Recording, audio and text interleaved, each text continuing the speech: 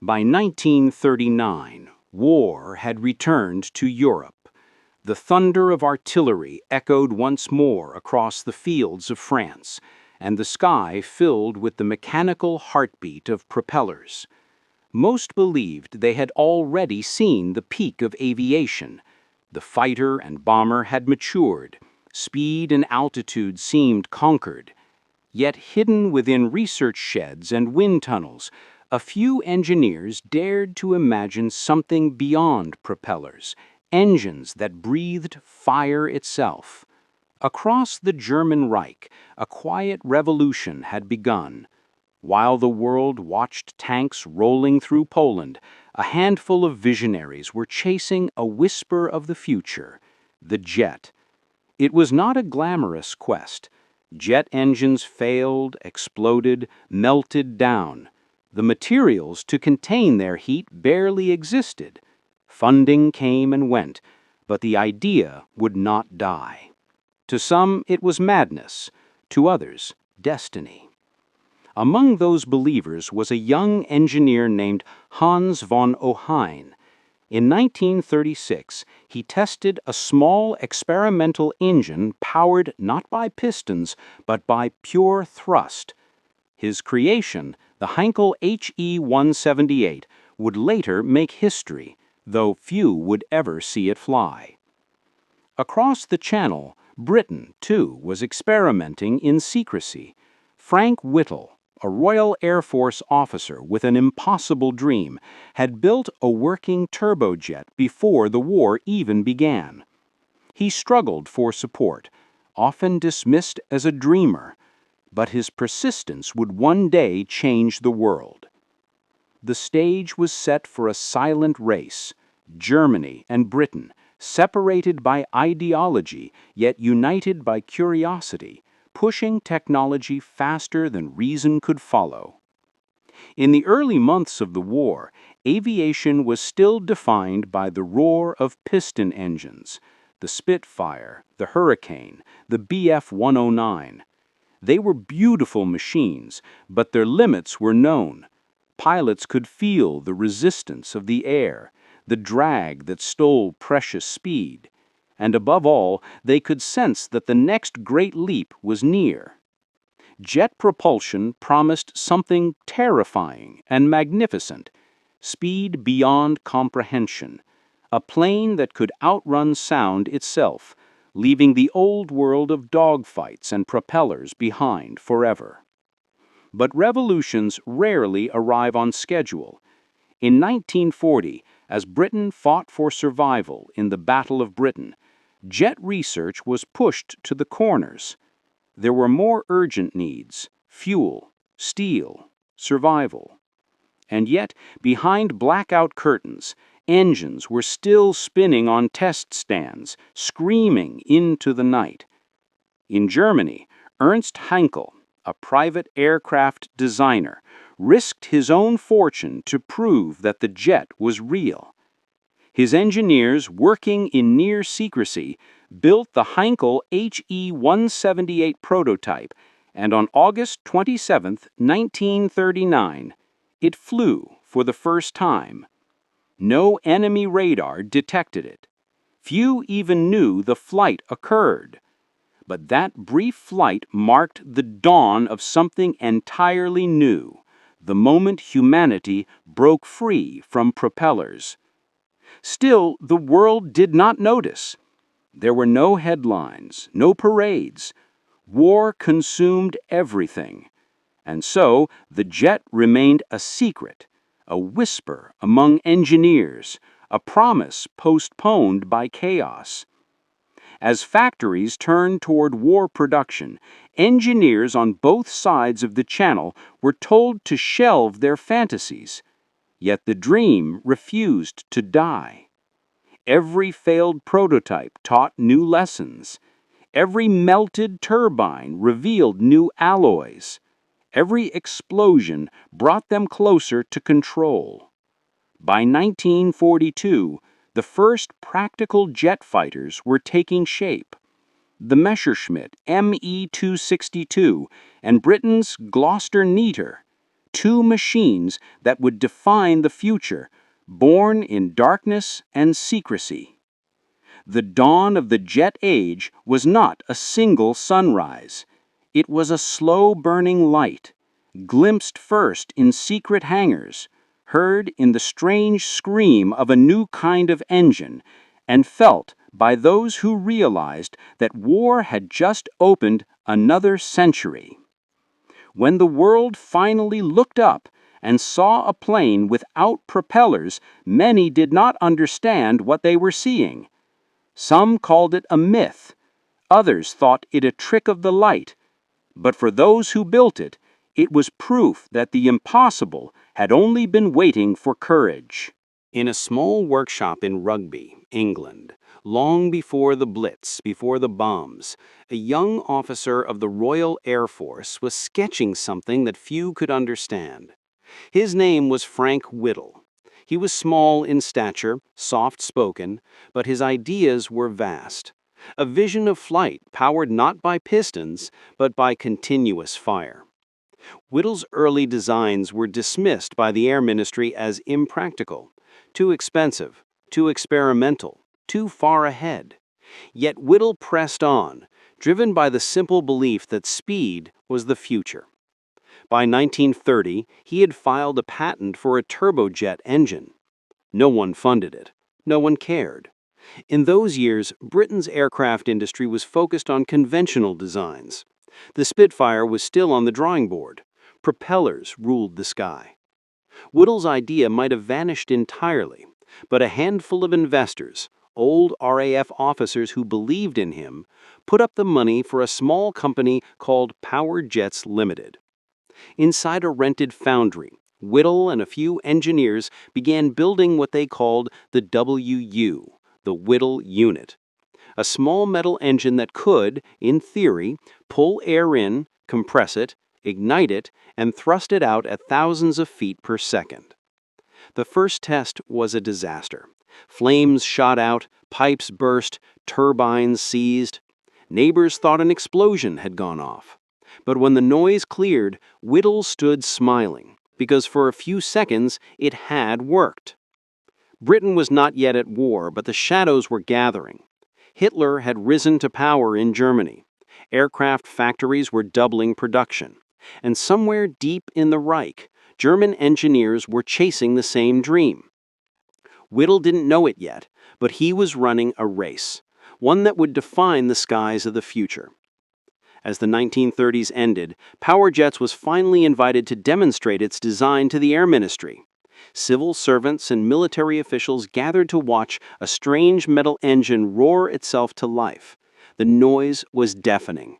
Some covered their ears, others shook their heads, but one or two realized what they were witnessing, the beginning of the next age of flight. Then came war. When Germany invaded Poland, Britain turned its entire economy towards survival. Budgets vanished, projects were canceled. Experimental engines were considered luxuries. For Whittle, the timing could not have been worse. Supplies ran out. He paid workers out of his own pocket. His health began to break under the stress. But even as London burned under the Blitz, he refused to stop. At night, when air raid sirens wailed, the team at Power Jets kept testing. The roar of their engines mixed with the thunder of falling bombs. Whittle would later say, "We built the future, while the present tried to kill us." By 1941, the British government finally realized what Whittle had accomplished. A working jet engine, stable, efficient, and powerful enough to lift a plane. The Air Ministry ordered the Gloster Aircraft Company to build a test bed around his design. It would be called the Gloster E.28-39. In a hidden hangar in Gloucester, engineers labored night and day, welding, bolting, shaping aluminum into the first British jet. The project was classified at the highest level. Even RAF pilots had no idea what was being built. On May 15, 1941, the E-28-39 rolled out onto the runway. Frank Whittle stood at the edge of the field, hands clasped, heart racing. Pilot Jerry Sayre climbed into the cockpit. No propeller, no vibration, no roar of pistons. Just silence, and then a rising scream. As the jet accelerated down the runway, Sayre pulled back gently on the stick. The E-28 lifted smoothly into the air. History had changed, though only a handful of people in Britain even knew it. For 17 minutes, the aircraft circled the field, flying higher and faster than any propeller plane of its size. When it landed, Sayers simply smiled and said, "It flies beautifully." The flight was classified for years. The public would not learn of it until much later. But in that moment, Britain had entered the jet age, quietly, secretly, and with extraordinary courage.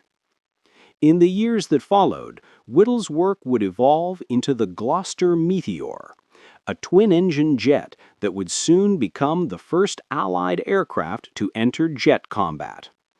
But for now, in the spring of 1941, Whittle and his small team had proven something remarkable, that Britain could invent not just weapons of war, but the future itself. As Whittle later said in his memoirs, "We had seen a new world open before our eyes, and we had opened it in time." While Whittle's jet quietly rose over the fields of Cranwell, another race, darker, faster, and far more secret, was unfolding across the Channel. In Germany, the dream of jet propulsion had also taken root, and unlike Britain, the Reich had given it a name filled with menace: Project 262. The story began with a young engineer named Hans von Ohain. He was brilliant, arrogant perhaps, but obsessed with the same idea Whittle had conceived: a jet engine that could change the very limits of speed. In 1937, von Ohain's prototype engine roared to life inside a small workshop in Göttingen. It powered an odd-looking aircraft called the Heinkel HE-178. The test flight, conducted in secrecy in August 1939, was successful. For a few glorious minutes, the world's first jet-powered flight took place under the flag of the Third Reich. But unlike Whittle's small civilian company, Ohain worked under the gaze of the Luftwaffe.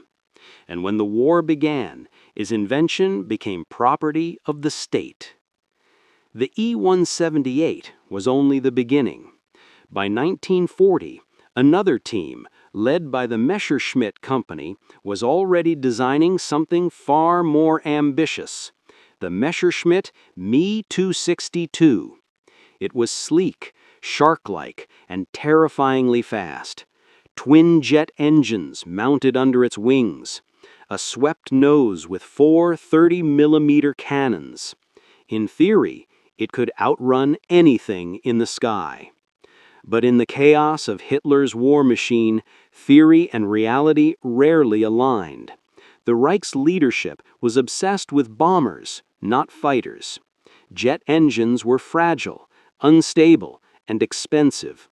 Fuel shortages crippled production.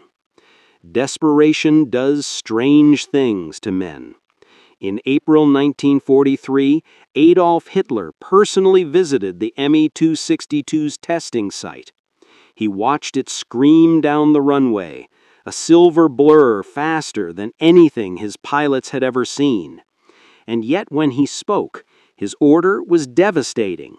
He demanded that the Me-262 be built not as a fighter, but as a blitz bomber, a fast attack aircraft to strike Allied troops on the ground.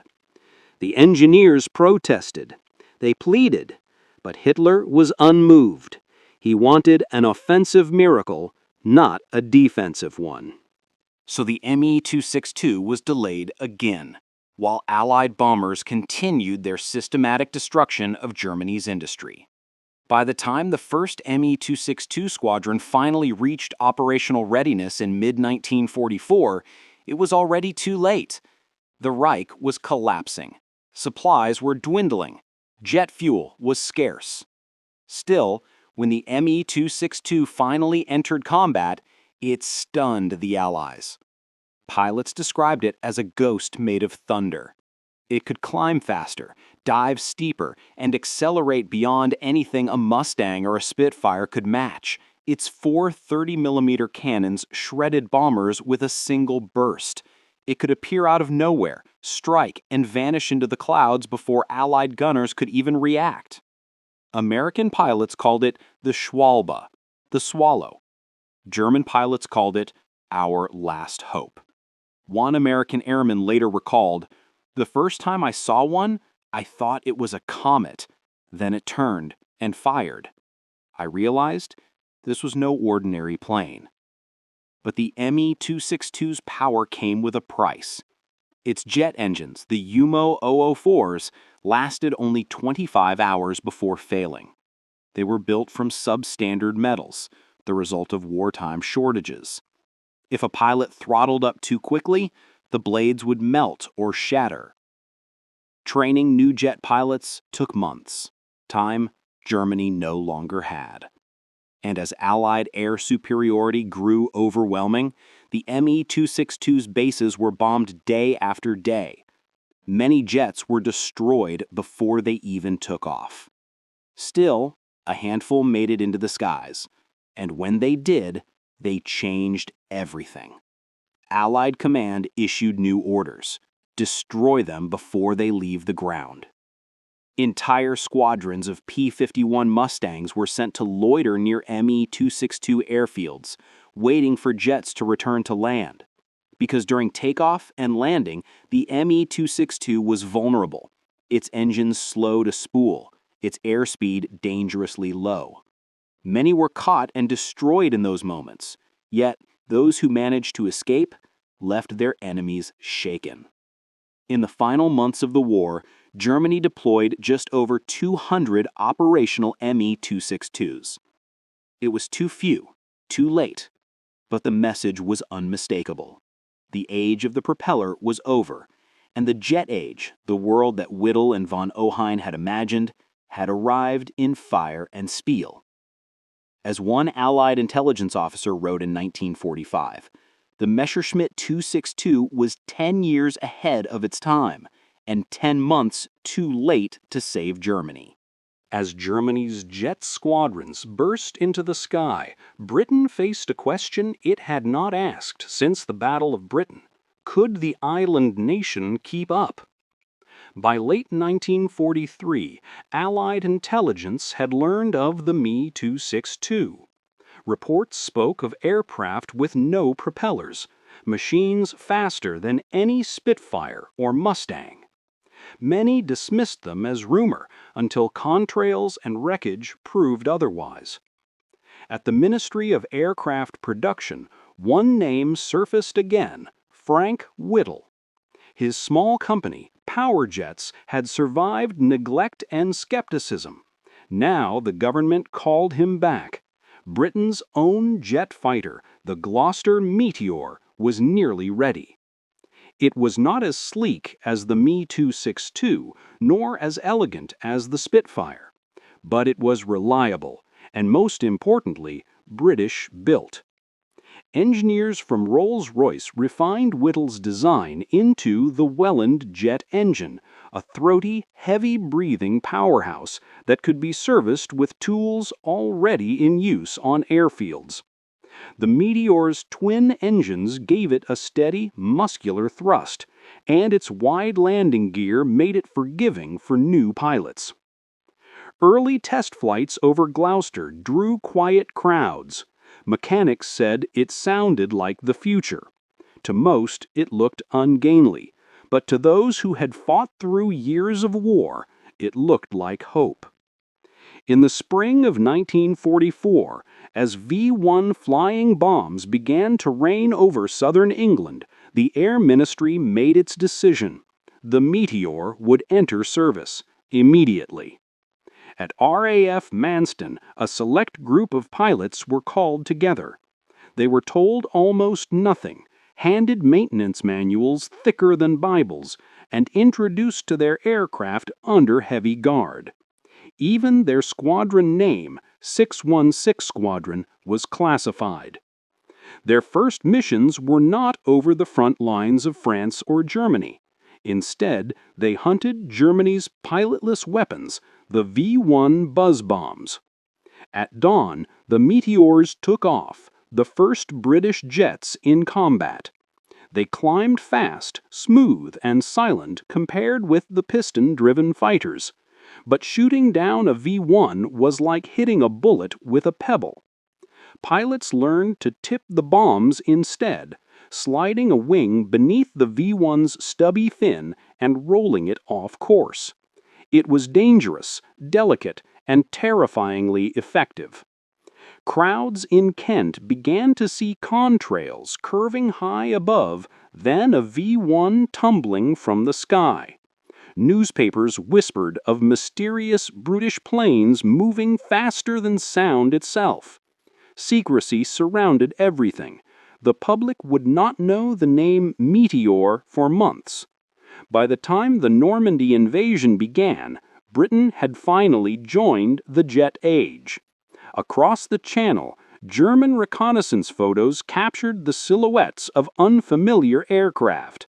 When those images reached Berlin, panic followed. The Luftwaffe's monopoly on jet power. When the guns finally fell silent in 1945, a strange quiet spread across the airfields of Europe. For 6 years, the skies had been a battleground. Now they were something else, a frontier.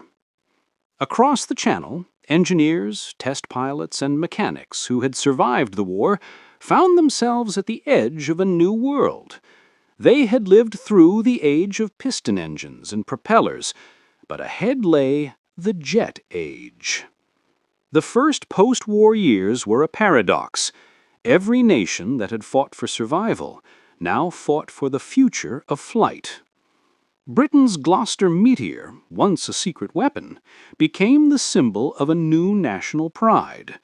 It flew victory flyovers above London, its twin engines howling over Buckingham Palace, a sound unlike anything the world had heard before. Not a roar, but a thunderous hiss, as though the air itself were being rewritten. The Royal Air Force kept its jets in service, refining them, experimenting, pushing further. From those experiments came the Meteor F-8, and later the de Havilland Vampire, sleek, deadly, and elegant. They were no longer built for desperation or survival. They were built for the future. But war had also spread knowledge. Captured Medj 262s were studied by the Allies, their engines dissected, their aerodynamics tested. In laboratories from Farnborough to Dayton, Ohio, engineers realized that what had begun in secrecy in Germany and Britain would now belong to the world. In the United States, the Bell P-59 Aerocomet had been America's first jet, a learning experiment, clumsy and underpowered compared to its European cousins, but it paved the way for something greater. The Lockheed P-80 Shooting Star, the first American jet fighter to enter real service. Its designer, Kelly Johnson, would go on to shape the next half-century of aviation. Meanwhile, in the Soviet Union, captured German engineers were quietly rebuilding the blueprints of jet technology. They would give rise to the MiG-9, and soon after, the MiG-15, the aircraft that would challenge the West in Korea. The race that had begun in secret workshops had become a global revolution. And for the men who had built it, the emotion was not triumph, but awe. Frank Whittle, the man who had been ignored and doubted for years, visited the United States in the late 1940s. He met his old rival, Hans von Ohain, the German engineer who had also dreamed of jet propulsion. The two men, once separated by war, sat together in quiet conversation and laughed. They agreed on one simple truth. We were both right. The world just wasn't ready. The skies that had once echoed with the hum of propellers now sang with the high, unbroken note of turbines. Civilian air travel, once a privilege of the few, became a promise for the many. Airlines began ordering jetliners. The Havilland Comet, the world's first commercial jet, was born from the same lineage as the Meteor. The same hands that had once built fighters, now building symbols of peace. In small towns across Britain, children would look up and see a white trail cutting across the sky, and their parents would whisper, "That's a jet." A word that once meant war had come to mean progress. But even as the jet age dawned, the lessons of the war lingered. Speed was power, but it was also peril. A single mistake could send a pilot hurtling beyond control. And the faster the planes grew, the thinner the line between flight and fire. Test pilots became the new soldiers, risking their lives not for territory, but for altitude and Mach numbers. Names like Jeffrey de Havilland Jr., Chuck Yeager, and Neville Duke became legends of courage. Each flight carried the same pulse of danger that had once filled the skies over Europe. In 1947, when Chuck Yeager broke the sound barrier in the Bell X-1, it wasn't just a record. It was the sound of the 20th century being born. Britain's role in that birth was immense, not through empire, but through endurance. Whittle's jet engine had ignited something that no bomb could destroy: human curiosity. And yet, in quiet corners of museums, old engineers still sighed when they looked at the Meteor. They would touch its cold aluminum skin and remember the nights spent drawing blueprints by candlelight, the first tremors of its engines in the hangar, the way it shimmered in the dawn over Kent. One of them, years later, wrote in his memoir, "The first time I saw her fly, I knew the war was ending, and something new had begun." By the dawn of the 1950s, the jet engine had conquered the sky. The propeller had become a relic, a sound of the past, fading into memory. But behind every turbine that screamed across the heavens, there was a story, a human one, of men and women who had traded comfort for creation. Frank Whittle, now retired from the RAF, watched Britain's jets streak overhead with a quiet smile. He once said, "I was just trying to make the sky simpler. Instead, I made it faster." He had seen the dream born, doubted, buried, and then reborn under fire. And though others would surpass his engines in power and speed, his invention had done something no war could undo. It had changed humanity's relationship with the sky. Across Europe, the ruins of the old conflict were giving way to airports. Runways built for bombers now served airliners. The same hangars that had once echoed with alarms and gunfire now rang with the laughter of travelers and the hum of maintenance crews.